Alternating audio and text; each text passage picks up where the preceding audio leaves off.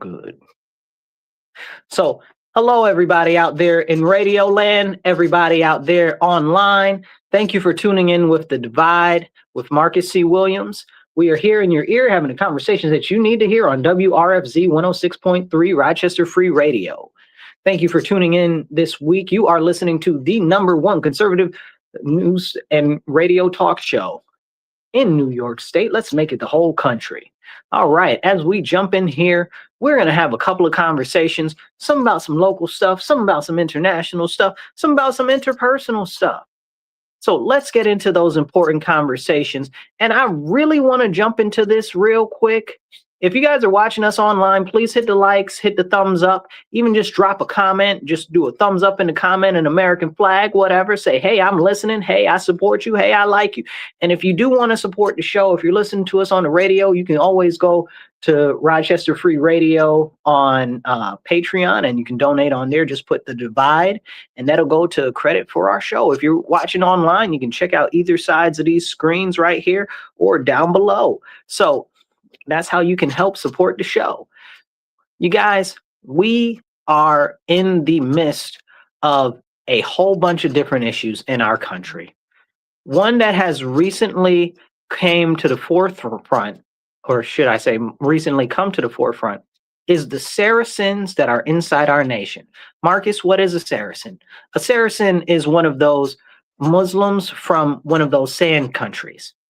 Now people say, Marcus, what do you mean one of the sand countries? I mean, the ones from the sand countries seem to be the ones that we have the problems with. If you've never noticed, all of the countries that have the Muslims that have sand, Saudi Arabia, okay, Qatar, okay, what do you call them? Palestine, all of those other countries, all of them, all of the Middle East, wherever there's sand, Iraq, Libya, all of the people that seem to come here from over there seem to give us problems. We need to ask ourselves why. Even North Africa, even North Africa. And if you look at these countries, you'll say, well, Marcus, you call them the sand countries. Well, why did I call them the sand countries? Because they're all sand. And you need to ask yourself, why are all those countries sand? Those countries are sand because they're cursed by the Lord. They didn't all used to be sand. They didn't. Then the Muslims took over and they turned the sand in the desert, expanded. Now you can tell me why. I don't know. I can't tell you for sure why that curse was put on them, but I got quite a few different thoughts. One, because they've corrupted the religion that came from Christianity, allegedly, according to them. That's what the Muslims claim, because Jesus is one of their major prophets, but all of their teachings are corruptions. And that's not a big deal, that's a problem, right? For sure. But when you go to another country or they come here, that part is not what the problem is. We're a nation that has many people of many different religious backgrounds and different things like that. And that's very notable in our country. But the fact of the matter is specifically, and I go back to these specific countries, like you don't really hear about somebody from Indonesia that's a Muslim coming over here and causing problems. I'm sure that there are, but that's not like a common trait or a common theme, right? So why is that? Why is it that these Saracens are the ones that come over here trying to topple our government, trying to make themselves as though they are superior to us, trying to take over our townships, our counties, and our states, and try to enforce and inflict their will based on their religious principles on us as Americans, which America is a Christian nation. You have to ask yourself this. And then when you ask yourself this, I want you to really ask yourself, why is there so much pushback from these atheists and these, I guess, I don't even know what you want to call them, Zionists, Judaizers, all of them, okay? Why is there so much pushback from them, the ones that are in power, not the ones that just go off and practice their religion and mind their business? Because there's different wavelengths of that, okay? But the ones that are in power are always trying to either push themselves and insert themselves inside Christianity, okay, and inside Christian thought process, or they're trying to corrupt Christianity or push it out of our schools, of our government, of everything. And then we wonder why, as a nation, we are struggling so much and having issues as a nation. It's because they've taken God out of everything, because they've taken Christianity out of everything. And then they want to tell you, oh, you need to be more tolerant. Who's being tolerant of Christians? We got Christmas, and they want to take Christmas out of Christmas. I ain't never heard them say that they want to take Diwali out of Diwali. You understand what I'm saying? I like Diwali, no, anybody, Festival of Lights, all of that Hindu nonsense that people like to say is the best thing because they believe it's the best thing. Again, that's their personal belief. But when they get to have their stuff, or you get to have Eid, but I can't have Christmas, are you playing in my face, bro? Like, that's because they want to take Christ out of everything. This started back when, if you guys remember, they started to try to push happy holidays, and then they tried to push Xmas. Xmas is what it was when I was coming up, when I was real little. They wanted to say, oh, well, it's Xmas. Everybody say Xmas. Don't say Christmas because it might offend somebody. I don't care who Christ offends. You understand what I'm saying? If Christ offends you, you are the problem on this planet.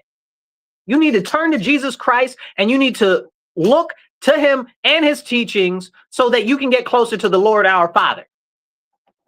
That's not a me problem. That's a you problem. You understand what I'm saying? But you want to take Christ out of Christmas. Okay? How come you don't take Muhammad out of Eid?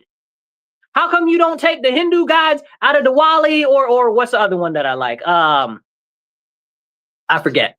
The different festivals. They got a ton of different festivals. You don't take none of them out of the Hindu festivals. You don't take none of that away, but you want to take Christmas away from the Christians and say happy holidays. You can take your happy holidays and your Xmas, and you can shove it in your behind hole. Ain't nobody trying to hear none of that. You understand what I'm saying? Yesterday was the start of Advent, okay? And if you're Christian and you're Orthodox or Catholic, you know what that is. If you're Protestant, you may or may not know what it is. If you don't know what it is and you're Protestant, please go look it up. Advent is very important to us. Okay, even though we might be Protestant. Somebody's dropping comments. I'm going to get to your comments in a couple of seconds, but please hit the share button, hit the retweet button, hit the subscribe button. Definitely hit the subscribe and follow button. I see a lot of y'all out there watching. Just hit that like button. It don't cost you nothing. So as we talk about this very important issue, which is the Christianification of our nation, we need to talk about how integral Christianity is to our nation and to our founding principles and values.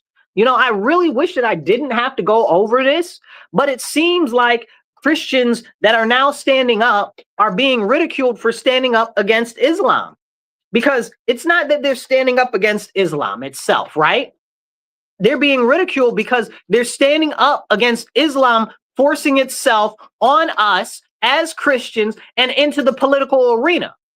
You look at places like Dearborn, Michigan, and other places in Minneapolis and Minnesota and stuff like that, where all of these Muslims are taking over and stuff. I remember one of the first things that they did when all of the leftist alphabet people voted in the Islamists, right? Not regular Muslims, Islamists, right? The people that want to force Islam on everything and recraft the culture of America to Islam. That's not okay. But all of these leftist liberals and alphabet people voted them in. What they do the first time that they got in there? They got rid of all the alphabet flags. They got rid of Pride Day. They got rid of all of that. All of that. Okay? They got rid of all of that. Y'all not awake yet? Hello? Let me tap this microphone. Make sure y'all can hear me out there. You understand what I'm saying? Somebody needs to have a wake-up call. This religiosity, or whatever you want to call it, this foreign religiosity that's being pushed and peddled into our nation is more than just about religion. It's about culture. It's about politics. That's what their religion is all about. And they're trying to change and recraft our nation in their own personal image.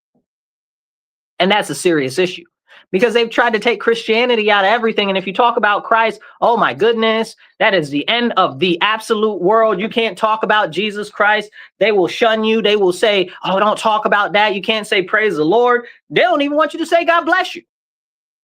People get mad when you say God bless you. How you tell me God bless me? You know what? I run around telling people, I'm praying for you without your permission. May you come to Jesus. And this is something that we really need to talk about, because we as Christians have lost our strength and lost our willingness to actually stand up and speak up when God commands us to prepare for his triumphant return, where he will come back as a warrior king to set all that is unrighteous right and to dispel all that is evil from this earth.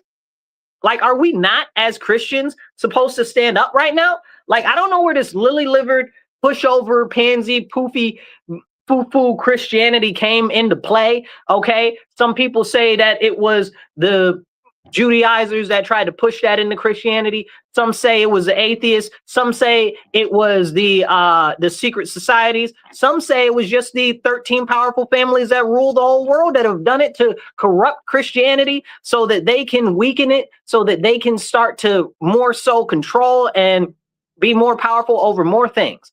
Listen, I can't tell you who did it, what did it, if it was all of them working together or in tandem, or if it was all of them working separately, because the end goal is the same. They all want to tear down Christianity. They all want to tear down our country. It's all about segmenting our forces as Christians, and Christians need to stand up and Christians need to rise. Now is the time for Christians to be bold. Now is the time, as we see the evil growing continuously in our nation, as we see the Saracens take over more and more towns, take over more and more churches, forcing their way throughout our nation, going out here, taking over streets, marching in parades with Hezbollah flags, with ISIS flags in our nation, as if they are some foreign country foreign adversary trying to take over our nation. These people don't want to assimilate. They don't want to incorporate. Okay, they want to destabilize and they want to take over our nation. And we as Christians need to stand up and we need to speak up. Now, more than ever, it's very, very important. Very, very important. You know, and I was sitting back and I was thinking about it. You guys, real quick, I see a lot of people watching. Hit that subscribe button, hit that like button. It don't cost you nothing. Drop a comment. I'm going to answer your comments. Try to pop your, thank you. I see the thumbs up. I'm going to try to pop your comments up on the screen. And if you're online, you can always support by checking this out right here on the sides or down there in the little banner down there. And if you're on Facebook, you can send some stars. Okay, this is important. As a nation that was founded on Christian values and Christian principles, the rise of Islamification in our nation is a very serious problem. Now, I want to make sure and make clear that me talking about Islamists versus people who just practice Islam are two different things, but they're the different sides of the same coin. Because when the Islamists get into power, the regular people that practice Islam are just like, okay, it's okay because we practice it too. Well, no, it's not okay. Because if the regular people that just practiced Islam stood up against the Islamists, we wouldn't be having this problem right now. We wouldn't be having this problem. They're out there trying to say, oh, well, you know, we're going to Islamist. We're going to change everything to Islam in this nation, in these different states and stuff like that. And nobody's going to say nothing and people are not going to stand up. Christians, where is your backbone? Christians, where is your spine? When will you stand? Now is the time. We must stand. We are commanded by the Lord our Father and by Jesus Christ our Savior to actually stand up and push back. Hold tight 2 seconds, y'all. We're the outlet.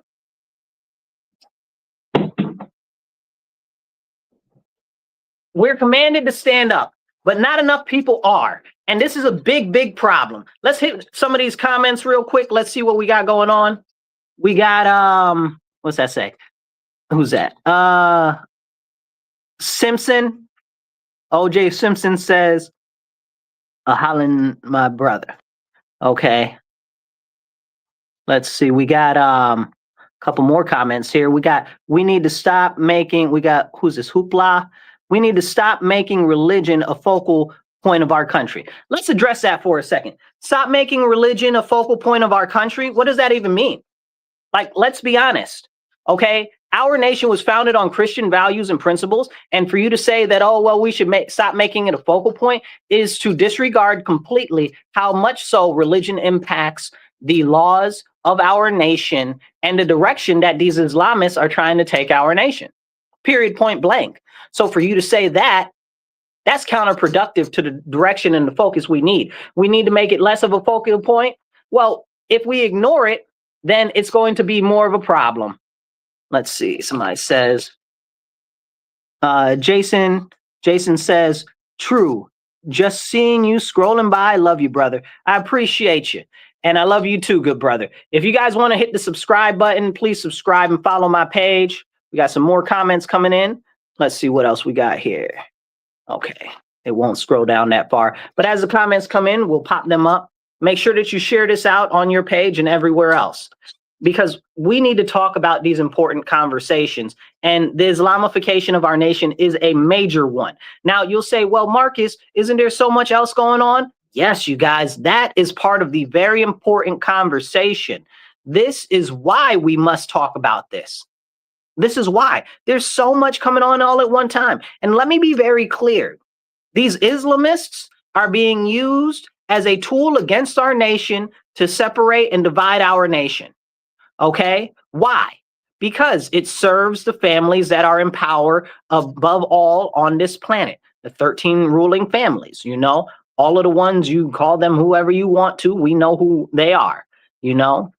People like to say, oh, well, you know, it's the Jews that control everything, or whatever the case is. Is it? I don't know. It's the 13 families that control everything. You know, are the 13 families Jews? Well, you research that yourself. Now, the question is and this is a problem, because we can't have a conversation that separates the people who are Jewish of their heritage in Europe. Very specifically, this is an important conversation in Europe, versus people who practice, okay, Judaism as a religion. And people don't want to separate the two, and they want to always overlap them, and that is a problem. And that's why they try to say everything is anti-Semitic, everything is anti-Semitic, when it's not. Okay, because they feel like they can hide under this concept. Oh, if you talk about Israel, oh, you're anti-Semitic. Why would talking about another country be anti-Semitic? Well, hold on. You want to tell me that America can't be a Christian nation, but you're going to identify a whole nation of people that is very diverse in background, where a lot of the people there are Muslim. You're going to tell me that that whole country, when that country is mentioned, is all about the Jews? Make it make sense to me. I saw Netanyahu get on the TV the other day, and he was talking about, oh, they're attacking Jews in Israel. Are they, or are they attacking Israelis? You understand what I'm saying? So there is a conversation that needs to be had there, but we can't have that conversation. We can't have that conversation. And because we can't have that conversation, we can't talk about the people that are really truly in power, who they are using as assets to manipulate everything in our country and in the world. We can't talk about that. We can't talk about the Habsburgs. We can't talk about which is crazy. You can't talk about what them people called the Lehmans. You know what I'm saying? You can't talk about any of these people, because when you start talking about them, people are like, oh, well, no, you can't talk about that because that's anti-Semitic.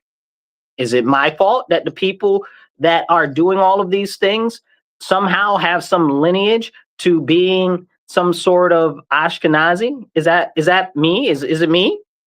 It's my fault, so I can't talk about them because of that. Why? Why is that? You understand what I'm saying? And if you guys really trace it back further than that, they're not what we would consider all to be Jews, the ones that are in power. And that's a whole nother conversation. That's a whole nother conversation. But we can't even get to that part of the conversation, because people don't want to have that part of the conversation. Because whenever you bring up the term Jew or anything about that, people get really squirrely. So when we get down to it, there are 13 families that really rule and control the majority of the world. That's it. They control almost all of the markets. They control all of the money behind the scenes and everything. Okay. And you can trace a lot of them back to the Caucasus, which that's a whole separate conversation. You can trace them back to Syria and stuff like that. So you can trace them back hundreds and hundreds of years, some even thousands of years that we know about. And this is a problem. Through empires rising and falling, you can always find them in the background. But how come we can't have that conversation? You know, because it's really them that are hiding behind the mask, calling themselves Jews, even though that they are not. And then it gives the whole Jewish people a bad rep for the few that nobody can condemn, because if you condemn them, you're anti-Semitic. If you condemn any bad practices that are associated with their group, you're anti-Semitic. Well, wait a second. If I condemn usury, okay, and all of the bankers, which I do, y'all know I don't mess with usury at all. I think that that's a very serious thing that we need to make sure that we get rid of and eliminate usury in the United States of America. If I associate the usury with the bankers and I say the bankers are bad, the banks are bad because they're overcharging us, and because they're overcharging us, it's creating a serious situation where we have an issue, and because of that issue, people are having like no money. People are having like no money because usury is stripping away all of the funds from them. It's ridiculous. But we can't talk about the crazy interest and stuff like that. Then if we talk about the interest and stuff, we have to talk about the bankers. And then if you talk about the bankers, you have to talk about the people in control of the banks. Don't talk about the people that are in control of the banks, because then it's a problem. Because then we start to realize how few and segmented groups there are that really control the money, the industries of gold and precious gem trade. We talk about the people that control the media and stuff like that, and the corporations and the people who own those corporations, and the people who control the surveillance apparatus in our nation. And all of them seem to have some lineage to trace back to the Ashkenazis. Well, why is that? Why can't we talk about that? Why can't we talk about that? That's a problem. That's a problem. The same way I talk about the Muslims, I want to talk about the people that are behind the power that are pushing this, because I'm going to tell you this right now. And you mark my words, you save this clip, okay? Clip this video, save this part, okay? Mark my words. I am telling you, those who are in power behind the scenes that are in the government of Israel are pushing this anti-Islam stuff. They are pushing these Islamists into these countries because what they want is they want to push all of the people who identify as Jewish to come back to Israel so that they can work to rebuild the temple and they can usher in their Messiah, which is really the Antichrist. But can we talk about that?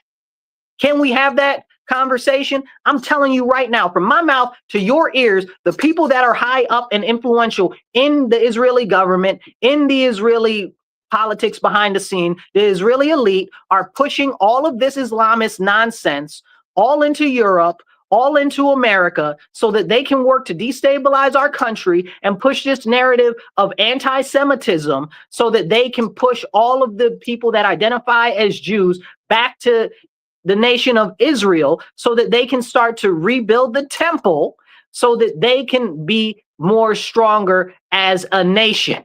Okay? Because they want to usher in the Antichrist. The Antichrist is their Messiah. Read the Bible, read Revelations, y'all.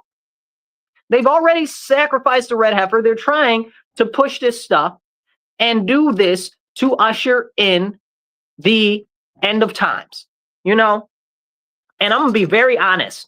Very honest. I don't believe, as we are in Advent and we have to have hope as Christians for Jesus's return and his triumph over evil on this earth. I'm telling you right now, these people are straight evil, and somebody needs to say something about what's going on. But you can't talk about Israel and the people pulling the strings behind the scenes, but you can talk about the people in the government in the US behind the scenes pulling the strings. Well, you can, unless they're related to some entity that's related to Israel. And I don't want this to seem like this is an anti-Israel conversation or anything like that, because really, I don't care. My issue with them is that they're always involved in taking our money as a nation. They're always involved in our politics. And I don't like any foreign nation that people have loyalty to another foreign nation and them being involved in our politics. I don't want Mexico involved in our politics. I don't want Canada involved in our politics. I don't want Ireland involved in our politics. No offense to Ireland. You understand what I'm saying? I don't want any of these people involved in our politics. We as a nation have to have a focus on our own people. But we got a whole nother country that's wormed its way so far up our own government's behind that it's manipulating and puppeting our government from the inside out. Okay? So I don't like the fact when people say, oh, well, it's the Jews. Okay. No, because there are a lot of aspects of this. So if you're going to say that, you need to identify which group. Are you talking about the whole? Are you talking about Israel? Because if I'm going to say Israel, I'm going to talk about the nation of Israel, the country of Israel. You understand what I'm saying? And when I talk about them, I'm talking about their government. I'm talking about their elite. I'm talking about their people in power. The same way I talk about Europe and I talk about the European Union, I'm talking about them. The same way I talk about Germany, I talk about the German government, I'm talking about them and their government. When I talk about the German government, it don't mean that, oh, you're anti-German, you're against the German people. No, that's crazy. That's crazy talk. Okay? But whenever you bring up Israel, that's a problem. But it shouldn't be. It shouldn't be, bro. And when we have the real, honest, and true conversation, you look at who pushed all this leftism. You look at, if it's any type of ism on the end of it, that's got to do with the left, transgenderism, alphabetism, okay? Pedophilia, which is also the lowering of the ages of consent, okay? And the missing children, but we can't talk about that. All of this stuff is tied to people that have connections with Israel.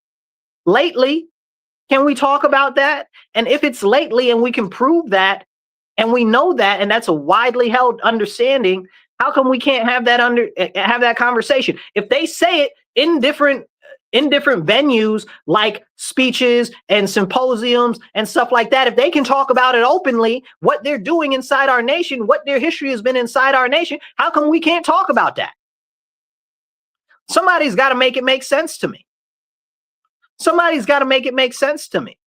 But I'm bringing this whole thing full circle. I am telling you out of my mouth to your ears that the country of Israel, the people that are really in power behind the scenes of Israel, the people that are really in power behind the scenes of the world, okay, all of these people are pushing this Islamist nonsense. Not Islam. I need to be very clear on that. That's why you don't see ISIS attacking Israel. That's why you don't see these other pop-up groups that are these different groups that are Islamist groups attacking Israel. You saw ISIS many times apologize if they even incurred a little bit on Israel or hurt an Israeli citizen, even a little bit. ISIS, you know what I'm saying? Like, are we serious? Like, can we have that conversation? No, you can't have that conversation. We can't have that conversation because the people behind the scenes that are really manipulating everything will manipulate everyone. And they will do what they want. They will continue to push what they want on you. And they will do anything to make it so that you don't know, that you can't talk about what's going on. But there is a great awakening right now. But I am very concerned that we've got two different pushes going on right now. One are the people that are that are real, like, very against the Jews, okay, and anything they blame the Jews for everything. I'm not going to say that they're wrong on what they're blaming them for or not. I'm just going to point that out because the second part is a little different. And then you got the people that blame specifically individuals and blame specifically the nation state of Israel, okay, and those are not necessarily equivalent or not necessarily the same people. And that's something that we need to have a conversation about. Because I think that what a lot of people don't realize is, again, the people that are in power behind the scenes are the ones that are manipulating all of this. This anti-Semitism, who does it serve to benefit? Israel. Like, we can't have that conversation because I was reading an article it was in the Jerusalem Post the other day. It said, oh, the fear for being Jewish is at an all-time high around the world. Netanyahu is encouraging everybody to come back to Israel. I said, see, this is exactly what I've been talking about. It's really them behind the scenes maneuvering everything, you know? And then if you listen to some of and I know not everybody likes the Catholic Church, but the Catholic Church has been right on a lot of things historically, okay? Not all the things, don't get it twisted. Okay, but on a lot of things, because, you know, they do have some strong brothers and sisters of the faith in the Catholic Church, you know, and I wish I could remember the bishop's name. Oh, my goodness. I believe he's passed on now. But he was talking and he was like, you know, and he was saying, you know, a lot of these Jews that are in power, it's not all the Jews, right? But when somebody says that, people think that it is. And that's a problem. because it's not. Because he said, what, like, there are always those that are noble Jews that are ones that want to do what's right and want to be strong. And they think that all of this is really against the scripture of the Torah, because a lot of it is. But we can't have that conversation because we got these Talmudic Jews and the, what's the other one with the M? I forget all of these different books that they have that are extra, that are not part of the Torah and all this other stuff. Excuse me for not remembering to recall to tell you guys. And the Kabbalah, and I forget the other ones. There's a couple other ones, you know. So, but these are a serious conversation. The people that are pushing these Islamists are the same ones that are pushing Israel to take more ground, to do more activity, to take money and take influence in the United States. And that needs to be talked about, because these Islamists are a problem. These Islamists are a serious problem. They've been pushed into our country. They've been pushed into Europe. Why? Because of destabilization in the Middle East. Destabilization in the Middle East. Who benefits from destabilization in the Middle East? I wonder who benefits from destabilization in the Middle East. Could it be Israel? No, couldn't possibly be that. Couldn't be a strong Egypt would be a problem for Israel. Couldn't be a strong Syria would be a problem for Israel. Couldn't be a strong Jordan would be a problem for Israel. Couldn't be a strong Lebanon would be a problem for Israel. Couldn't be a strong Libya would be a problem for Israel, right? Like, none of these nations that are all right by them, any of them being a very strong nation, couldn't be a problem for them, could it? Oh, yes, but it is. And it would be. And look at all of the countries we've destabilized, right? As the American war armada pushes forward. And you guys know me, I'm very much so against all types of foreign wars if the United States of America isn't taking ground. If we're not going to actually take these countries and incorporate them in the United States of America, we have no business over there. Right now, we're about to go to war or blow up Venezuela or whatever we're going to do there, surgical strikes or whatever. We don't got no business. We don't got no business in Venezuela unless we're taking over Venezuela, period.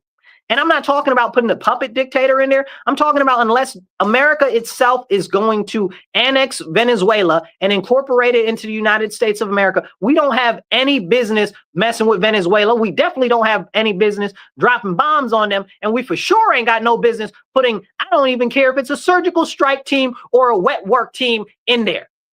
Period. Full stop. Okay? Full stop. And we got to get away from this concept. Oh, we're fighting for righteousness. We're fighting for virtuism. I don't care about none of that.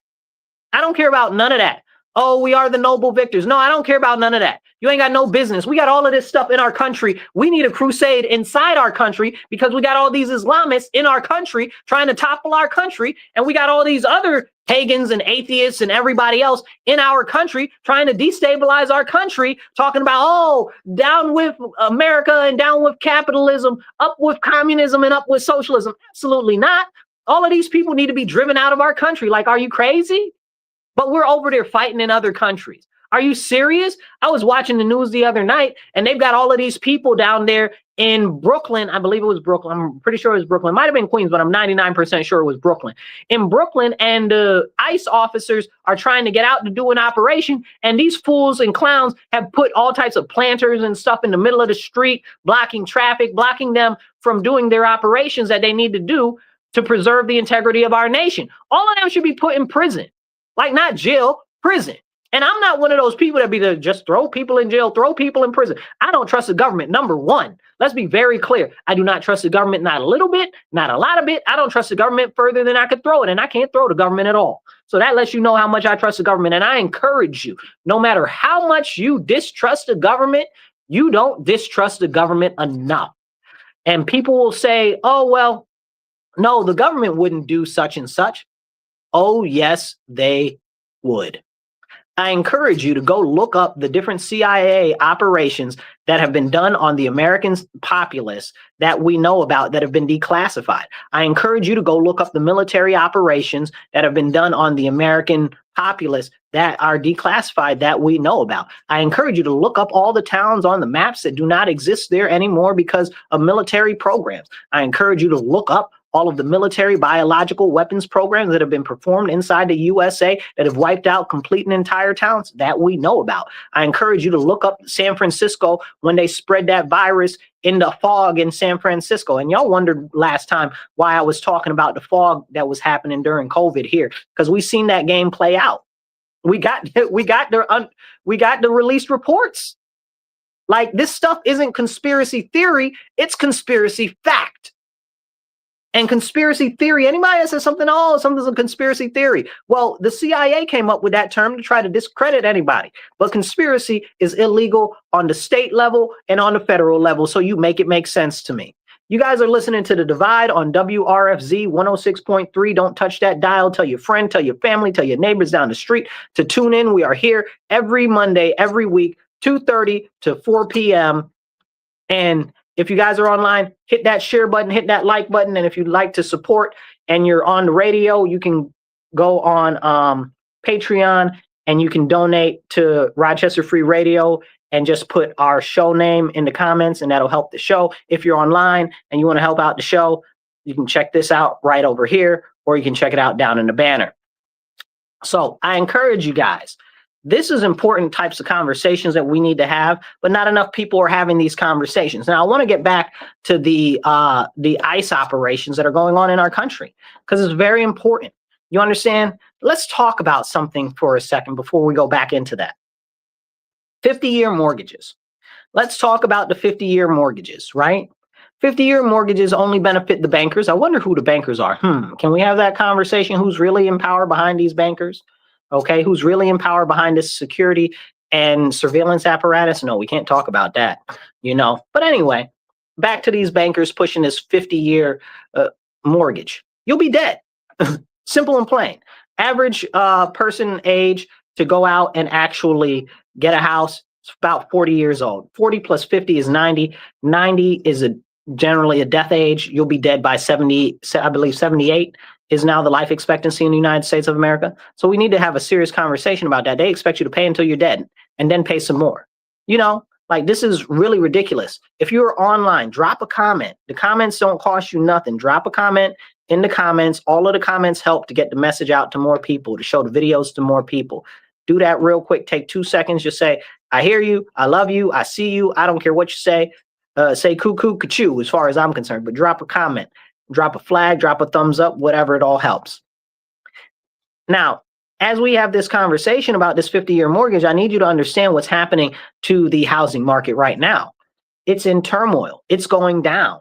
Because why? Well, because a lot of the places where there has been heavy housing activity has housed a lot of these illegal aliens. And now there are so many deportations and so many people are scared and self-deporting that a lot of the housing is starting to free up. But we can't talk about that. But if housing frees up, that means that housing prices, as far as rentals and as far as sales in certain income brackets, have to start to level out and lower down, because people just can't afford it, right? So it'll have to go down. But if you insert a 50-year mortgage, then you'll say, oh, well, the high housing prices are more affordable, so we don't have to lower housing prices. Well, that's crazy. That's crazy. Shave that 50-year mortgage. If it's up to me, get rid of the 30-year mortgage too. Okay, because then the housing market will have to moderate. Okay, it'll really hit rock bottom real quick. That'd be kind of crazy if they did that. But just don't put out a 50-year mortgage. Okay, to save the world, don't put out a 50-year mortgage. That's debt enslavement, and I promise you that's what they're looking for. They want you to own nothing and be happy. Remember, we were talking about the ruling families. Okay, you talk about the World Economic Forum, all the super wealthy people there and stuff like that. And a lot of the times, and I need to bring this into light, a lot of the times the people say, oh, well, it's the Jews, you know what I'm saying? But it's not just the Jews. It's these rich, super ultra wealthy sultans and stuff like that too, okay, that are really behind the scenes maneuvering everything, because they're all in it together. It's a cabal of the super affluent and old families that are really, really in it together, because they all worship Lucifer. At the end of the day, that's what it is. They're Satanists, they're pagans, they're heathens, okay? And they're all against us as the human race. And they don't care. They only want more control. And that's something we need to have a real serious conversation about. Hit that share button, hit the comments, drop some comments and we'll pop your comments up on the screen. Become part of the conversation. As we have this conversation about the lowering housing price costs, we need to also have the conversation that as the housing prices lower, they go lower and lower the more people we deport. But look at these crazy leftists in New York City and in other places, New York City especially, where they need the housing prices lowered so much, where they just elected a socialist because the housing prices are so high and he's promising them lower housing. Well, if we want lower housing, we got to get rid of all the illegals. Can we talk about that? No, we can't talk about that. Then we got the whole problem of the fact of the matter that not just the housing is impacted by the illegals, the Medicaid, the Medicare, all of that's impacted by the illegal, the Social Security, okay, all of that's impacted by the illegals, the schooling costs, the quality of education, all of that's impacted by the illegals. But can we have that serious conversation? I don't know that we can. When we should really be having this important conversation. Hit the subscribe button, hit the share button. Now, as we're having this conversation, who is actually going to want to hear it? That's the problem. Not enough people want to listen to it because it's a whole cohesive conversation. We've gone from the Islamists and their issues in our nation to the people that are pushing Israeli influence in our politics, to the bankers, to the 13 families behind everything, to going right back down to the illegal aliens. All of this is being put together so that they can destabilize our nation and drain our resources. Like, you got to wake up. It's a cohesive effort to drain the resources of our nation. Like I said, Medicaid, Medicare, Social Security, education resources, all of this, all of that. Okay? Affordable health care, all of that. Because all of those things rely on government subsidies. And the more people we have drawing from these government subsidies, the less government subsidies we have to go around for everybody, which is crazy to me because these people are out here talking about, oh, well, we want free healthcare for everybody. Okay, well, let's get rid of all these illegal aliens and then let's have a conversation about how that might look, because you don't want to get rid of the subsidies and actually address the subsidies that are given out to them right now in the Affordable Health Care Act. So this is a very, very serious problem. But can we have that conversation? No, because they don't want to have that conversation. Because if we had that conversation, it would be too much like right. It'll be too much like right. Now, I want to have a conversation about these important issues with as many people as possible. So please drop a comment down in the comments, share this out with your friends, pump up the conversation, get some thumbs ups out there on the screen, get some hearts on the screen, drop an American flag in the comments, drop a thumbs up in the comments so that it can circulate to more people.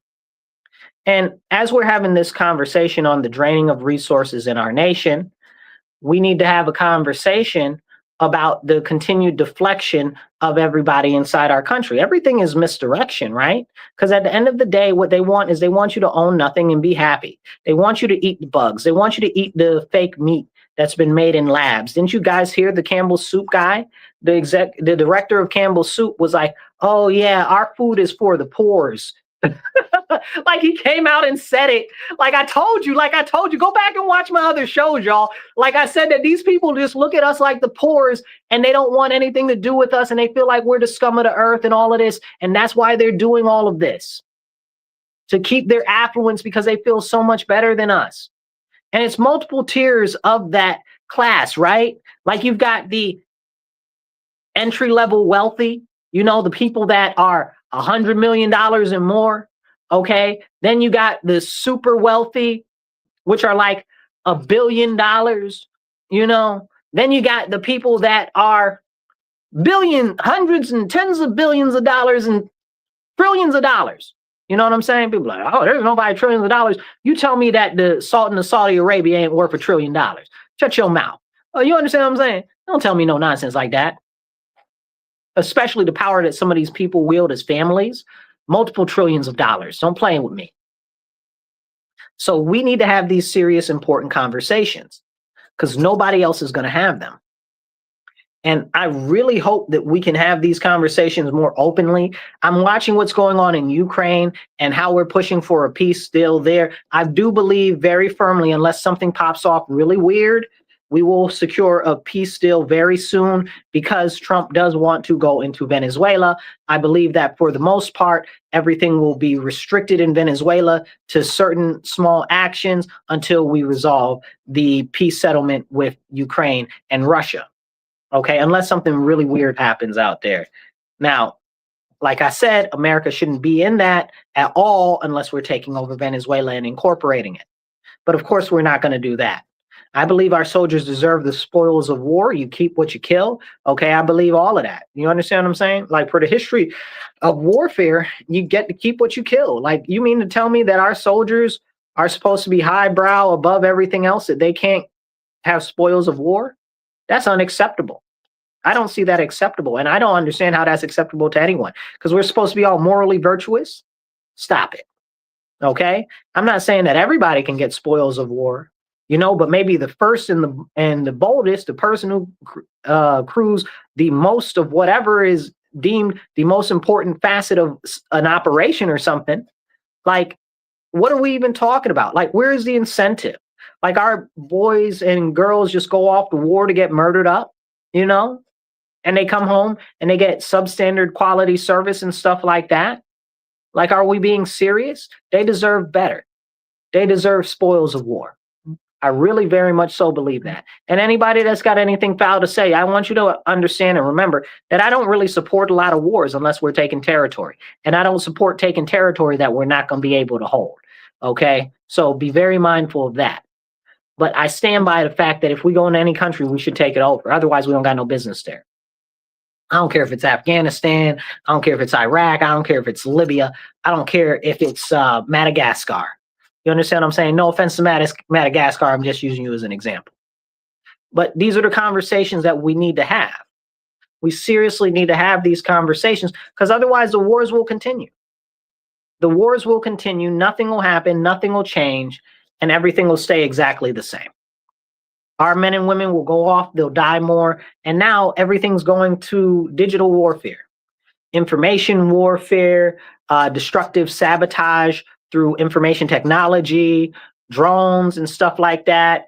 Chemical warfare is on a comeback. I'm promising you, y'all better wake up. Y'all not ready for the chemical warfare. Soon they will use chemical warfare as an excuse of consolidating power. Okay, the same thing with COVID. COVID was a test, y'all. Okay, it was a massive test, just a weaponized flu virus, which many of us have been warning about for years, that they were weaponizing the flu. Like, we knew that the government was doing that. Like, the CDC has been very open about its experiments doing that. And it's not just the flu virus and the weaponization of that, the weaponization of a number of different viruses, Marburg, or what's the other one that causes those crazy diseases? The bleeding on the inside and the organ liquefaction. I forget what it's called, the one I'm thinking about, but it's a hemorrhagic disease.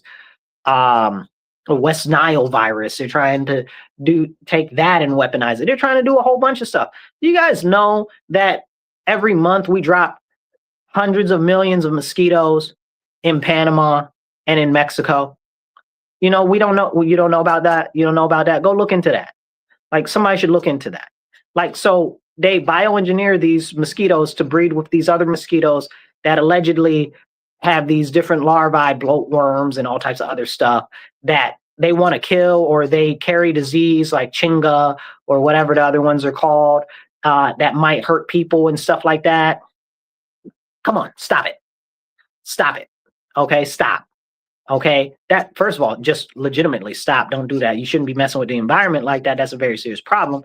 Plus, honestly, I do support burning all the mosquitoes in the world with fire, because I'm in an eternal battle against the mosquitoes. I do not like them, but I do understand that they are a linchpin in most ecosystems. So, meh. But this is something that we need to have a talk about. But people don't want to have these serious conversations, because we're actually talking about real stuff. And I encourage you guys, don't believe me because I'm saying it. Go look it up. Don't believe me because I'm saying it. Believe me because I'm telling you. I'm going out of my way to tell you, so it must be important to me.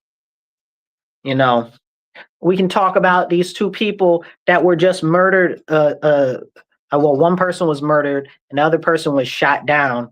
That were in the Washington D.C. Like we can talk about that. They were shot down by an Afghani that was brought in here, okay, and resettled here, and he worked for the CIA. Conspiracy theory or conspiracy fact? The man worked for the CIA, and he's out here taking out our security troops in Washington, D.C. Come on now. Come on now. You don't even got to be a conspiracy theorist to say that that smells. You know, like he actually worked for the CIA. Now, this goes back to our country having a history of doing wet work on our own citizens, just murdering our own citizens, assassinating our own citizens, the FBI, the CIA, all of them working against our people as a nation, taking out our own presidents, taking out our religious leaders, taking out political leaders. Okay. And I'm talking about more than people like just Malcolm X and JFK. I'm talking about more than just that. Okay. Like we need to really have some serious conversations. Waleed says, Waleed, what you got? Waleed says, Marcus, what's going on? Waleed, it's a pleasure to see you here, good brother. Please hit the share button, hit the like button. Okay, get this message out there. Drop any other comments. Be part of the conversation. I appreciate you, Waleed. Okay, so as we have these important conversations, like, I'm sorry, you guys. I'm not sorry. If I'm going to sit here and tell you that it's suspicious that this guy that came from Afghanistan that worked for the CIA shot two of our security agents in Washington, D.C., and you don't see something smells amiss with that, stop it. Stop.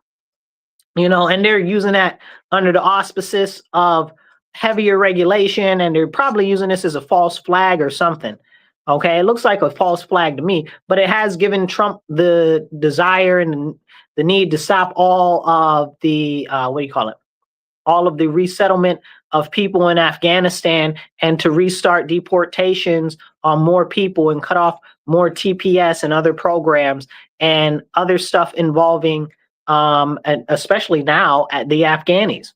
Now, I got to be honest, I'm sure they're out there. There are very bad Afghanis out there, but Afghanistan, the people from Afghanistan is one of the few countries over in the sand area where I've had really good positive experience with the people over there. You know, I've got stories of doing business with Turkish people. Don't ever do no business with Turkish people. Okay, scammers.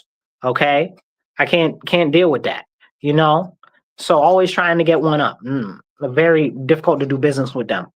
You got other people in the Middle East. I got tons of issues with people that have come from other countries over there. But another good country that I've had good experiences, and this doesn't mean that there aren't terrible people from there.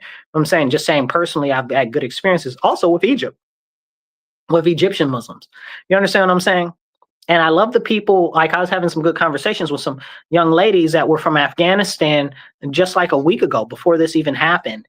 And they were like, yeah, we're happy that we had America, someplace that we could come to and escape the Taliban and what's going on over there. We want to go back to our country, and we would like to go back there. But with the administration, the way that it is right now and how it's unfavorable to women, we don't want to go back. And I love them. Okay, that's my favorite type of people. You want to go back and you want to improve your country? 100%. I'm with you. I support you. How can we make that happen? Okay. Because I want everybody to go back and make their country better like I want to make my own country better.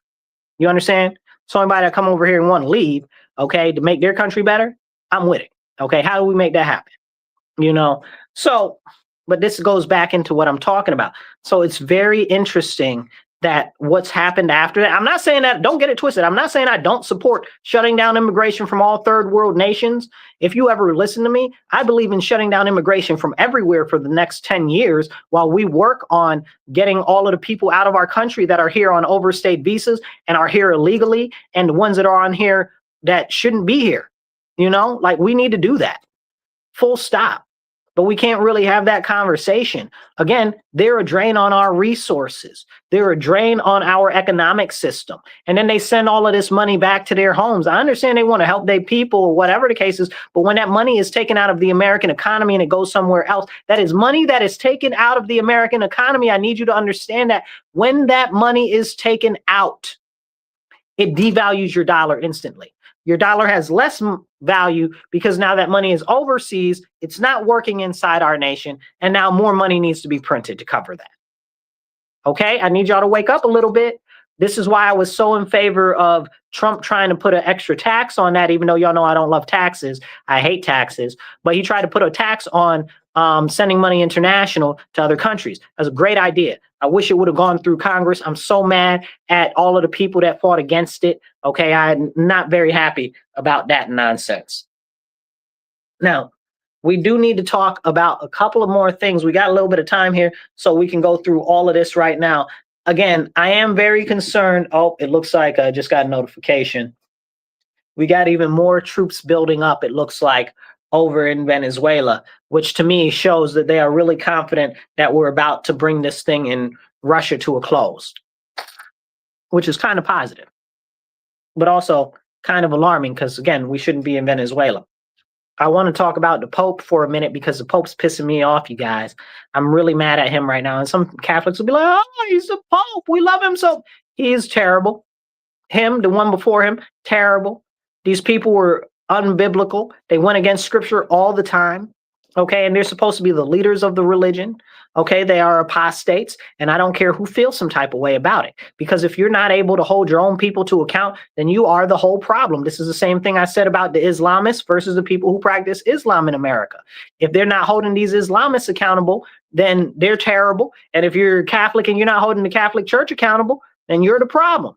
If these people are going out and violating scripture and you're supposed to be the leader of the Christians, like I saw this guy go bow down to the tomb and honor the tomb of what's his name? Ataman, Atakam, Atakuba. I don't know the guy's name. I do know his name. I'm just, it's slipping my mind. The guy, the Turkish guy that conquested Constantinople and turned it from the Byzantine Empire or Christian Empire over to the Saracen people.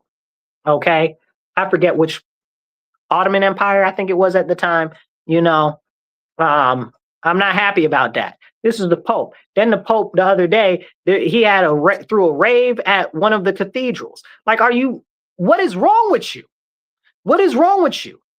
You're no better than these people over there in Israel throwing raves in the desert that are filled with debauchery, drugs, and promiscuity. You're doing a rave at a Catholic cathedral? Like, abomination. Like, are we serious right now? Can we have a conversation about that? Okay. And as Christians, going back to what I said earlier, we need to be bold enough to stand up and say, no, that's wrong. Jiminy Cracker Krispies. Not very happy about that. That's really why I wanted Cardinal Sarah to get in there. But hey, we got what we got right now. So as we talk about this, we have to look at what's happening in Europe.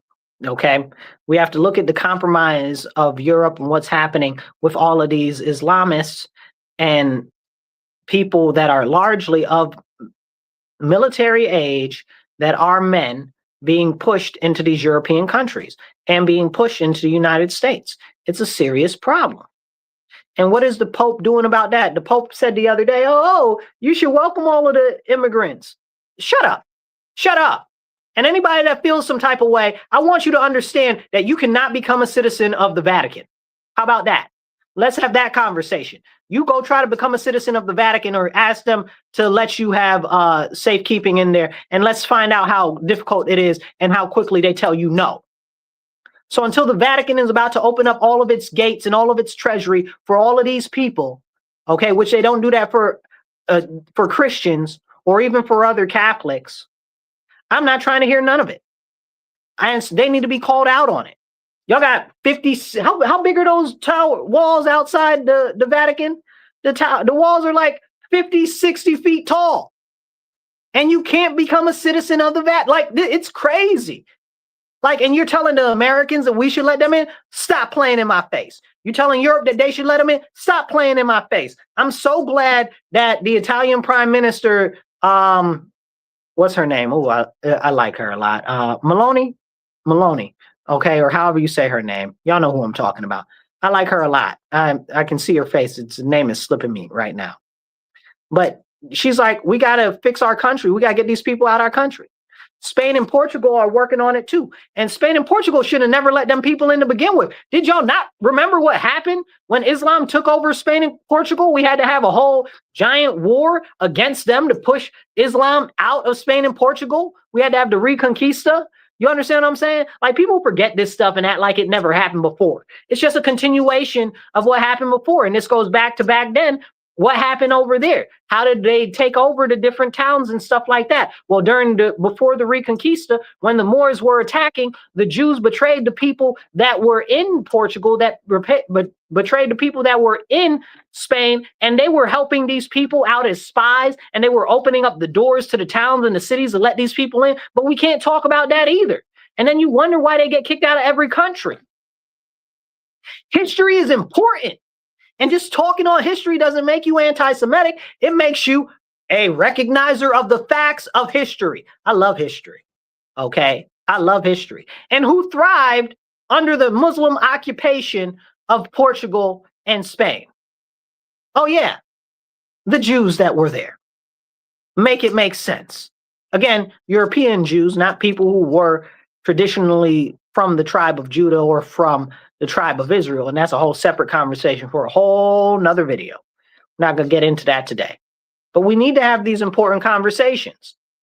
So for me to say that I'm telling you right now that the people behind Israel's government that are really in Israel's government manipulating the government, that they're pushing all of this Islamist nonsense across the world, I'm telling you mark my words, it's going to come out that they're the ones that's pushing it. But we already know that they are. It's already come out. Who's funding these nonprofits that were letting all of these people, giving them water, giving them food, giving them lodging in South and Central America under the Biden administration? Who is in charge of all of these nonprofits? Somehow all of those nonprofits have connections back to Israel. Can we talk about that? Can we talk about that? No, we can't talk about that. I'm telling you, Israel's running a con game on us with all of these Islamists, okay? Why? Because it encourages other Jews to live in fear in other countries and makes them more likely to move back to Israel. It's very simple. You know what I'm saying? Honestly, if it wasn't such a detriment to us, I'd be kind of like, well done.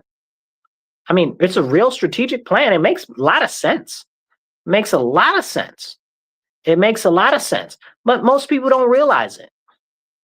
And you got a lot of the noble Jews that are out there that are just looking at it like, oh, we're all under attack because all of this and all of that. They're not recognizing that really it's the government of Israel and the backers of Israel that are pushing all of this to harm them, to scare them, to terrify them. It's the same way our government and our media, you pick who's in control of it this week, okay? The same way our government and our media does everything to keep us scared as American citizens.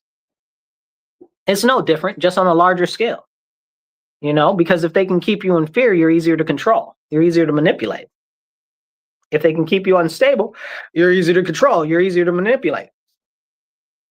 I am interested in what's going on in Honduras because they're having an election. I think the election might be over. I don't know who won the election. But Trump just pardoned the previous president of Honduras who was on, I believe it was drug charges, and he was extradited to the United States and is there for 45 years. And Trump was like, oh, he was smuggling, he was charged with smuggling cocaine, and he was treated unfairly and stuff like that. I don't know, y'all. I don't know. That sounds a little fishy to me. It sounds a little fishy to me. It sounds like regime replacement in Honduras. It sounds like they're doing something fishy in Honduras. So it'll be interesting because Trump just came from behind closed doors a couple days ago and endorsed one of the candidates in Honduras's election. And he said, I wish somebody would mess with the election and my candidate doesn't win. Hey, man, that's a G move. I don't know what to tell you. You know, I'm kind of like, no.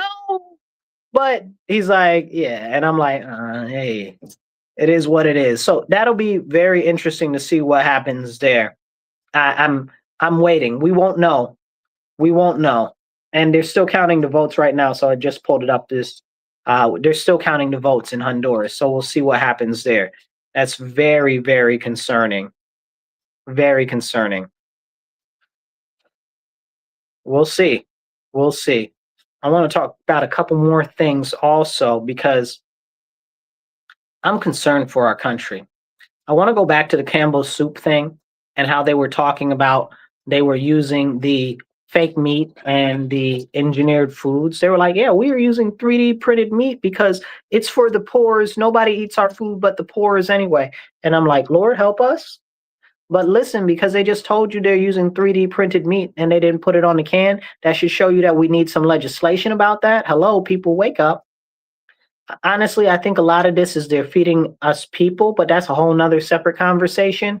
Soylent Green, it's people, it's people. If y'all haven't watched the movie Soylent Green, go watch that movie. It's very important and critical to understand more of what's going on in our time.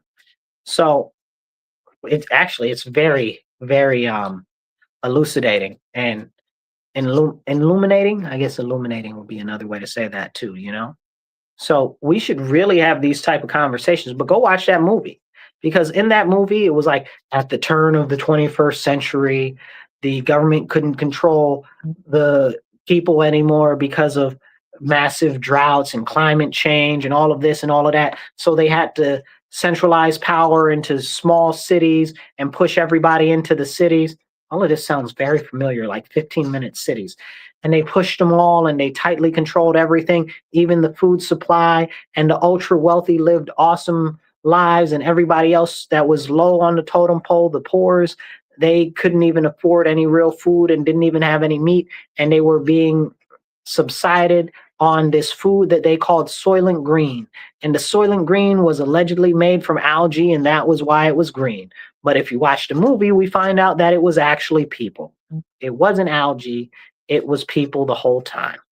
Now, I'm not ruining the movie for you. You got to go watch it. It's very important to go watch that movie because there's a lot in there. And it shows you exactly some of the tools that are being used against us here right now.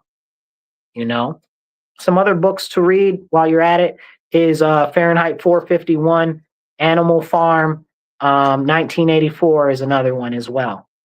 I got some more books that y'all could read, but all of these are fiction. But if you look at them, they're really panning out in reality. You know, their shirts and stuff, they say, make Orwell fiction again. Like it's true. Now, I do want to talk about the situation in Nigeria with the Christians over there that are continuing to be executed and kidnapped. The children, they just kidnapped like 300 children. I heard like 75 of them escaped or something like that. But these Islamist terrorists over there are killing our Christian brethren. And now Trump is like, oh, we might go over there. And the guy from, what is it called? Blackwater? No, it's called something else now. I forget what it is. One of those giant military contracting people was like, yeah, I want to go over there. He's like, yeah, I want to go over there. Send me over there, Pope. Like the Pope would send them over there. I think the Pope is honestly in on it too. I can't prove that right now, and I don't have enough information to say that he is in on it, but I'm pretty sure he is because you know the Catholic Church is corrupted on the inside after watching a lot of the stuff that he's been saying and doing.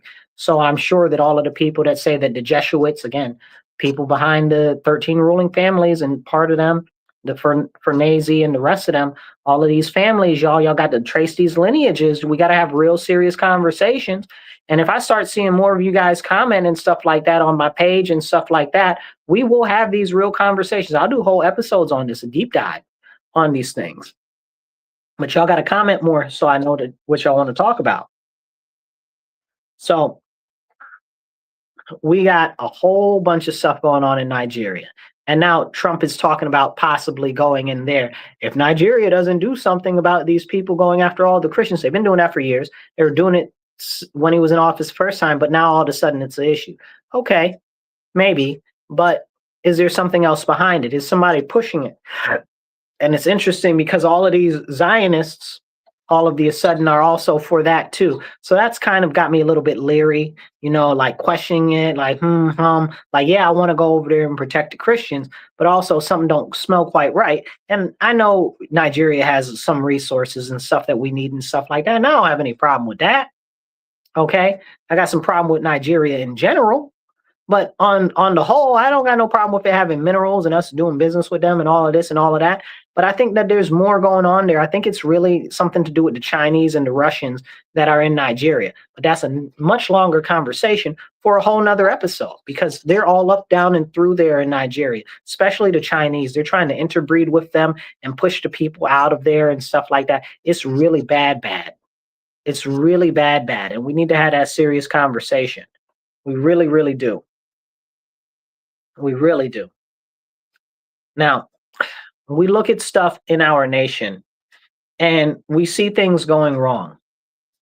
And we see the people that are in power continue to manipulate the people on the ground.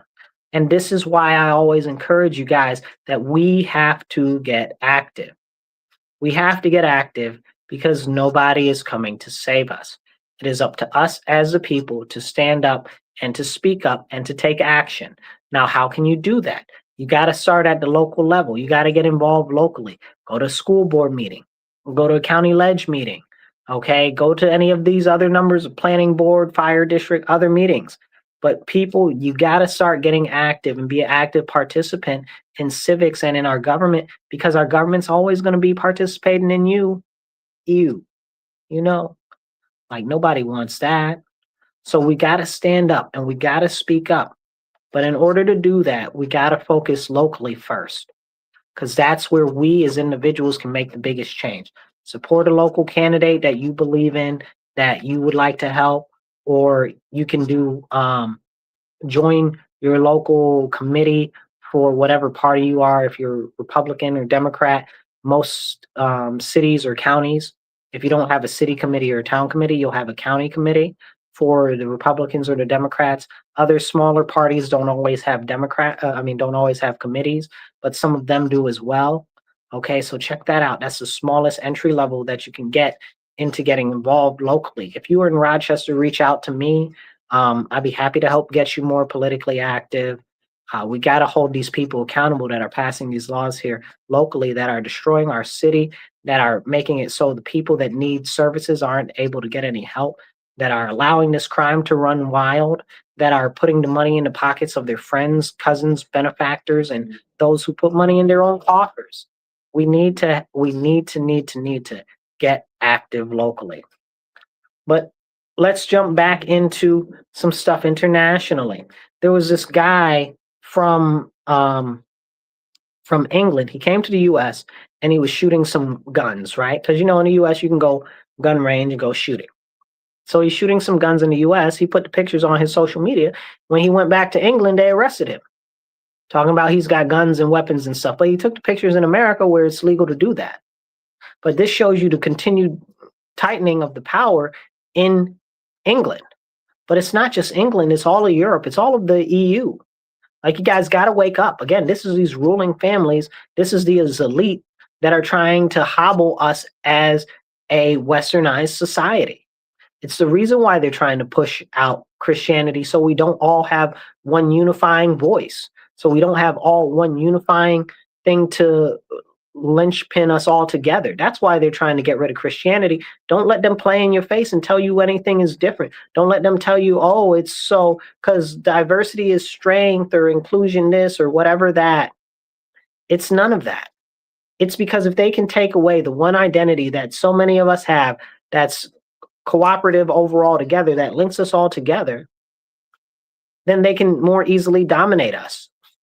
There's a thing on the internet right now, and it essentially says, if you keep going down rabbit holes and you haven't ended up at Christ, then you haven't gone far enough.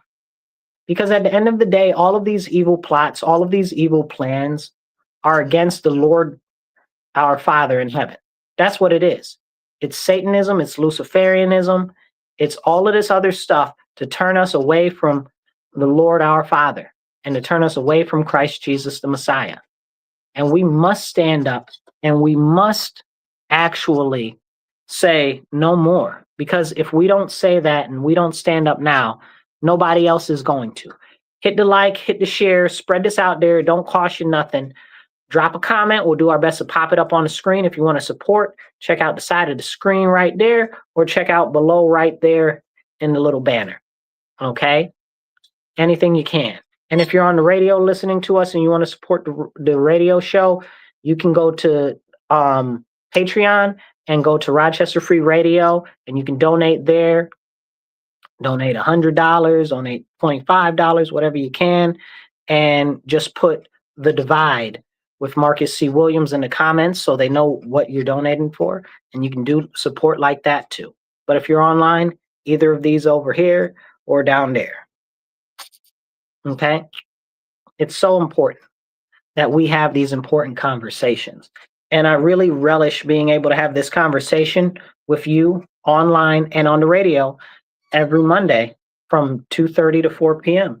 I wish we had more time because there's just so much stuff to talk about that we need to talk about more stuff. Like, I don't even have enough time to really get into a lot of the business stuff that we really need to talk about and what's happening with the financial system, like what just happened over Black Friday, over the holiday weekend, over Cyber Monday. Tomorrow's Pink Tuesday, So we had this spending holiday, and people are like, "Oh, nobody's at the retailers. Oh, we're protesting. We're doing a blackout. We're not spending any money." That was nonsense. Leftist liberals trying to crush our economy, but that didn't work anyway. The sales are up. The sales just aren't in store anymore. They're online, and this is a terrifying trend because it shows you of all of those supply chain jobs that go into supplying stores, retail businesses, and stuff like that are sure to go away very soon. We need to wake up and pay attention to what's going on, you guys.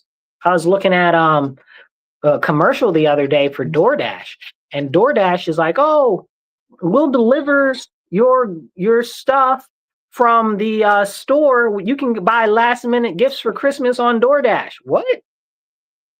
What? That's kind of crazy. And we need to have a conversation about that. But nobody really wants to have a conversation about that. Hit the like button, hit the share button. It don't cost you nothing. Get the message out there. And as we have this conversation about the funding, I want to go back 2 seconds to talk about the leftists trying to crash our economy. Like, let's be realistic. If these Democrats, if these leftists really were able to say, "Oh, well, nobody's going out to buy anything on Black Friday or all throughout the weekend so that we can hurt the big retailers and the corporations," do you know what would happen if that was actually successful? Because I don't think people understand. What would happen is it would be an immediate shock to our financial system, okay? And what would happen?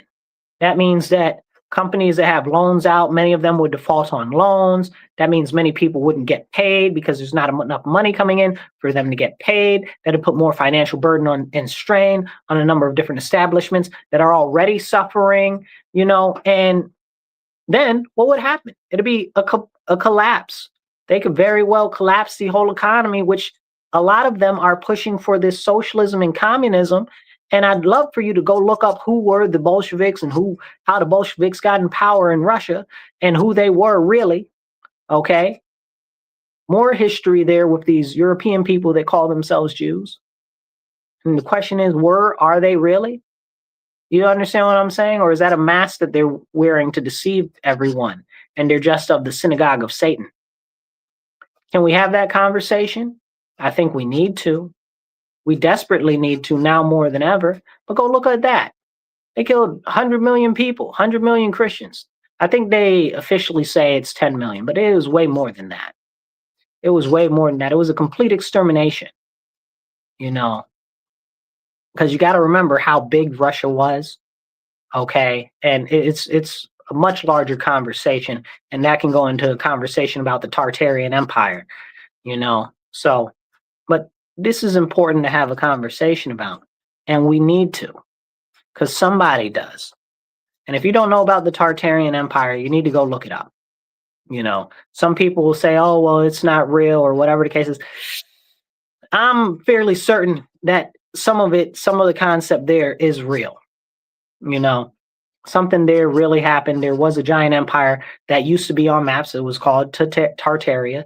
That is no longer talked about in history, and we need to start to ask the question as to why. Okay, we know about the Khan, and we know about the Hun, and We know about the Mughal Empire, but we don't really hear about the Mughal Empire. And we need to talk about that more in relation to Tartaria. So, but anyway, real conversations about real stuff and real history that seems to somehow just get swept away and swept under the rug. Like, again, these aren't conspiracy theories, these are conspiracy facts. And this is from the information that we know that we know. Like, there's a lot of stuff that's out there that's been hidden, that's been secreted away. Like, if y'all watch me, y'all know I'm not a fan of the Smithsonian. I can't stand them people. They always trying to rewrite some history, hide some information, hide some archaeological finds, like how they closed off the Grand Canyon. Go look into that. Okay, go look into the Smithsonian closing off the Grand Canyon from people going in certain parts of it and excavating certain parts of that. Go down that rabbit hole. Okay. And how we can't talk about giants in our country, even though in every other country in the world they know about giants, but in the U.S. you can't talk about it. Even if you go to Mexico, they got giants in the museums. But we can't talk about that here in the U.S. It's got to be something that's, oh, you can't talk about that. That's not real. And they got people really believing that that's not real. Because if they knew that it was real, we'd know that the Bible is closer to being true than it is to being wrong. And then more people might actually come to Christ, and they want to lead everybody away from Christ. We used to know in this country that giants existed. Up to Abraham Lincoln, we got documented proof of people talking about the giants. You understand what I'm saying? He was talking about the giants. Like, can we not have these serious conversations? You read the people who first started to land on the shores of the East Coast, and you read about them talking about giants. You read the travelers that are so renowned throughout the world, throughout the age of exploration. You read their stuff. They talk about all of these different people that they ran into with heads in their chests and all types of crazy nonsense and giants and this and that, and people that we don't even know exist anymore or are since long exterminated. I don't know, bro. It's too many coincidences for everything to be a coincidence. And that's why we need to talk about these things, but you can't, because they try to hide information. They try to scuttle information, because if we really saw that everything is to direct us away from Christ, then we'd know that it is a problem. We'd know that it is a problem. We'd know that it's an evil attack on society and on the world to usher in the Antichrist so that we all fall prey under a small collectivized group of individuals, and we are subservient to them, and we live under a authoritarian rule. But can we have that conversation? We need to. We really need to, but nobody wants to, because that's too much like real. And what they do is they distract you with everyday issues. That's why the inflation is so high. That's why the cost of everything is so high, because they know if you have time to yourself, to think to yourself about what's really going on, that you would know that things are not as they seem and things are not as they say, and that you're being shafted. But that's why they distract us with everything. Like I said, the Islamists, it's a distraction. It's a real problem, but it's also being used as a distraction. The illegal aliens, it's a big and real problem, but it's also a distraction. Okay? They're dividing us and our attention in different ways, because the more they divide our attention, the more issues there are. I've been hearing reports of more NATO people coming in and joining different National Guard forces. Now, I don't know how long y'all guys have been in conspiracy land or whatever, but if you've been there a while, you may know that there is a NATO plan to take over the United States by putting NATO troops inside the United States.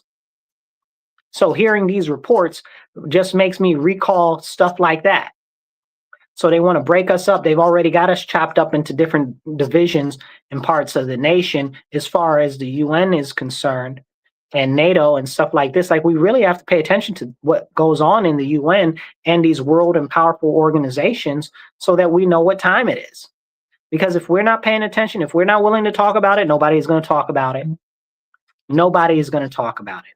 And we must talk about it. We must talk about it now, because all of it is an issue, and we have to start chipping away at the dominoes one by one by one before the whole thing collapses on us, because that's their goal. Their goal is to collapse everything on us so that we are crushed by the force of the impending disaster. That's why we must stand. That's why we must rise up. And that's why I encourage you to have heart and have faith. And if you don't know Jesus Christ as your Lord and Savior, please read the New Testament and then read the Old Testament, okay? Jesus is the way to the Lord, our Father in heaven, and he will lead you in the right direction. Please turn to Jesus. We have to repent as a nation, and we can get back to prosperity and to righteousness. But we have to get rid of all of these people that are trying to push perversion and nonsense on us. And I wish I had more time because I'd like to talk about an incident that happened to me today, but I don't have enough time. So I encourage you guys, have heart, be strong, stand up, speak up, and don't shut up. Take action. Y'all be blessed and be well. I'll catch you guys next Tuesday, 2:30 to 4 p.m. on WRFZ 106.3 Rochester Free Radio. This is The Divide with Marcus C. Williams, and we will be there in your ear next week having the conversations that you need to hear. Be blessed and be well. All right, you guys. Thank you guys for tuning in online. Okay, please do donate, okay, and support the show. On the sides right there, you can see how to donate through Cash App or Venmo, PayPal. Those are also options. It's also right down there below, okay? So please donate whatever you can, whether it's $25, whether it's $500, whether it's $5. Do whatever you can. Help support the show so we can get the message out to more people. We'd actually like to get more airtime and do a longer show or a whole nother show. But we got to get the funding to get it out to more people. We are self-funded right now. So help us out, sponsor us, and we'll catch up with you guys soon because I really want to talk about a lot more things, but we don't always have a lot of time. And I want to do some more stuff online so that we can have more conversations, more shows during the week, so that we can have a more cohesive perspective on everything that's going on in the world, especially in the U.S. I could fill up 3 hours with just what happened in United States politics in the last weekend alone. Just over the weekend. I'm not even talking about for the week. Like just the last weekend alone. I'm really concerned about Kash Patel and Pam Bondi. Okay, I'm really concerned about that. We'll see what happens with them. I hope they get right, but they ain't getting right now. And I'm concerned about a number of other things also in this administration. Like we talked earlier about the 50-year mortgages. That's a serious issue. But nobody's talking about that. I'm very much concerned about the expansion of the surveillance state with Palantir. That's a very big problem. You got Andril. What's Andril? Andril. Okay, the weapons company and stuff like that. And you got all of these other PayPal mafia people, Elon Musk and stuff like that are doing all of these things inside our government, manipulating our government. Okay, and I know people are like, oh well, Elon Musk, I love him. Since when? You know what I'm saying? Because he's a champion of free speech. Because he's conservative. He's not conservative. He's not Republican. You understand what I'm saying? Like these are important things and conversations we need to have, but nobody's having them. Him and his cronies and the rest of the gang, all of these people that are tied to JD Vance. Okay, don't trust him, y'all. I'm trying to warn you now. He's a technocrat. He's in bed with all of these people that are in the PayPal mafia. Elon Musk, Peter Thiel. Go look up Peter Thiel. Look up Oracle. Okay. What's the guy? Oh, I can see his weird face. I forget his name. The Palantir guy and the rest of them, all of the PayPal mafia. Just go look up the PayPal mafia, y'all. All of those people are now being tied into our government in different positions and contracts and stuff like that. It's very dangerous, the direction that we're going. Also, don't trust the South Africans, okay, because the South Africans, okay, the ones that were the white people in the South Africans from the National Party, remember, it's called the National Party. They are part of the Nazi regime that's just carried over to South Africa. And if you don't believe me, go and look into the history of the National Party in South Africa. Okay, it's not called the National Party for no reason. It's the same reason that the Nazis were called National Socialist Workers, German Workers' Party. It's the same people. It's the same con game again and again. And now they're pervading themselves inside the United States government. Okay, and I don't care how you feel about the Nazis. I feel very much some sort of way about these foreigners implanting themselves in our government. And they don't have any allegiance to anybody and except for themselves. Except for themselves. And that's the first thing. And then we can talk about the Nazi history of them. You understand what I'm saying? So it's really a serious conversation we need to have, but nobody wants to have those serious conversations. That's why it is such a blessing to be able to have these real conversations with you. And I want you to hit the subscribe button, hit the follow button. It doesn't cost you anything because we need to have more of these important conversations. And as we go on, I'm warning you guys so heartily about JD Vance. I'd warn you more about Vivek Ramaswamy also. Okay, these people are very, very dangerous inside our government, inside the Republican Party, tearing us asunder from within. They are nothing but servants of the elite, of the technocrats. Go look in, I'm telling you, look into it. Don't believe me because I'm saying it. Believe me because I'm telling you. Go look into it. Look it up. That's why I always tell people, go look it up. You know, it's very important. I can lead you to the water, but you got to make your choice to drink or not. You know, it's like red pill or blue pill. You know, you take one, you stay in the matrix, you take the other and you realize what really is going on. We need people to really realize what's going on so we can start to push back against what's going on. We got digital ID coming up, y'all. Like, are y'all ready for that? Digital ID? Like, we didn't even get a chance to talk about that on this episode because, again, like I said, there's just so much stuff. So much stuff that needs to be talked about. Digital ID was just launched last week on the Apple platform. So now you can download it and put your ID on there and everything. But we got it in New York State already where you can download a digital version of your ID. This is dangerous. We are in a march right towards totalitarianism, just like China, just like a surveillance state. And now Palantir is putting all of their AI, digital prediction programming and software to create better profiles of you and manipulate you even more and track you even more. Soon they'll be putting a social credit score on you. Have you been a good citizen? Have you talked bad about the government? Have you said something that the government doesn't like? Maybe we should shut down your money. Maybe we should shut down where you can live. Maybe you should only be able to talk to these people. Maybe you shouldn't be able to talk to nobody. Maybe everybody should blacklist you. Like, we need to wake people up. Go look up China and their social credit score because that's the direction that we're going in the United States with this Palantir and this digital ID and all of this. The next step is they're going to crash the currency so that they can push us full on into digital currency. We're already looking at a collapse of our currency as it is. People need to wake up. No, I'm not trying to sell you no gold company. I'm just trying to put you on to what's really going on. And this is what's really going on. The next step is to try to crash the dollar. And then what they'll do is they'll reevaluate the value of the gold, and then they'll put it onto a cryptocurrency or something like that to use a cryptocurrency as a new US digital dollar, and that'll be everything. If you look at Vietnam, they just shut down 87 million, yeah? 87 million people's accounts in Vietnam, their bank accounts, because they didn't want to take the digital ID. They didn't want that. Then they shut down a whole bunch of people's accounts in what's the other country right next to Vietnam? I forget. Excuse me, because I don't want to give you guys faulty information. But there's another country right over there that just shut down like a couple million people's accounts too, because they didn't want the digital ID. And we're talking about stuff that happened in like the last 2-3 weeks. Like, this is happening now, right now. Wake up. England's talking about they're going to put digital ID in place before the closed session of Parliament. That means now, right? Like, I'm pretty sure the last session of Parliament ends this year, right now before New Year's. Okay, maybe it ends next year in the next couple of months, but it ends very soon. And they're already pushing that. And we have to be concerned and see what's happening over there. And you got, what's his name? What's the guy that's the prime minister over there right now in England?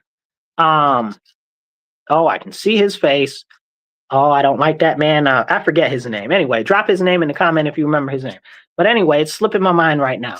But him, he's like, oh, well, you won't be able to buy or sell anything unless you have the digital ID. All of your money to be able to work in the UK, you have to have a digital ID. It's all about safety and security. We'll even put your shoppers bonus points on your digital ID. What? Stop. I read a book. It's called the Bible. It's in the book of Revelation. It talks about this. This is very close to the mark of the beast. This is ushering in that. I'm trying to tell you guys, they're trying to make it appear like it is the end of the world, and it is not the end of the world because we know not when the end times is. But we need to get ready right now, and we need to stay ready so that we don't have to prepare to be ready. Because what they are doing right now to us as the citizens of the world, is actively working against all of us. And if we do not stand up and if we do not speak up now, the next time that we're able to do something, it is going to cost us massively in blood and life. Massively. And I don't want that to happen, but that is the end of the road of the direction that we are going in if we don't stand up now. I don't know if people are really ready for what's coming. So all I can do is give the information to you and work on changing my little square of the universe where I am here in Rochester, New York, and Monroe County in New York. Because it starts here where I am. That's why I'm active, very active here, locally and politically where I am, because I want to stave off all of these issues that are coming. I presented plans to City Council on having us have a gold and silver depository for actual reserves that our citizens can actually buy into. Okay, because I see what's happening with this digital currency, and we need that localized currency distribution. You know, as long as it's gold and silver, tender gold and silver in the Constitution, it must be accepted for all payments of debts and types of currency. Okay, like we need to wake up. This is really, really real and serious. I've also pushed a number of things that stop the surveillance and the expansion of the surveillance. We got the flock cameras and the wireless surveillance right now going on. Like, y'all need to look into the flock cameras. I've been warning about that for some years. If y'all been following me for some time, you know I've been talking about that. I've been warning about the biometric scans and stuff like that. All of these are conversations that we really need to have, but nobody's really talking about. That's why I'm pushing so hard to encourage more people to hear about it, to learn about it, to go look it up, to share my videos with their friends. I don't think that you're going to like everything that I got to say. I don't think that you're going to agree with me on everything that I got to say, but I promise you there's a lot of value in everything that I got to say. And if you listen to enough of what I'm talking about, you'll understand exactly what I'm on about, and you'll agree with a lot of things if you go look it up. And look it up before it's too late, because right now Israel is buying the search results on Google and in Chat GPT and with other platforms so that they can actually make them more favorable to Israel. And that is a known fact. That's not like fiction. That's not like somebody talking. That's not like anti-Semitism or any of that. That is a real fact. Israel is buying these search results from these companies. They're paying them to make Israel look more favorable in the search results. So when you ask it a query or anything like that, it's going to prop up stuff. Like, there are certain questions you can ask about anybody else, but if you ask it about Israel or if you ask it about the Jews, it'll say, I'm sorry, I can't answer that question. Stop it.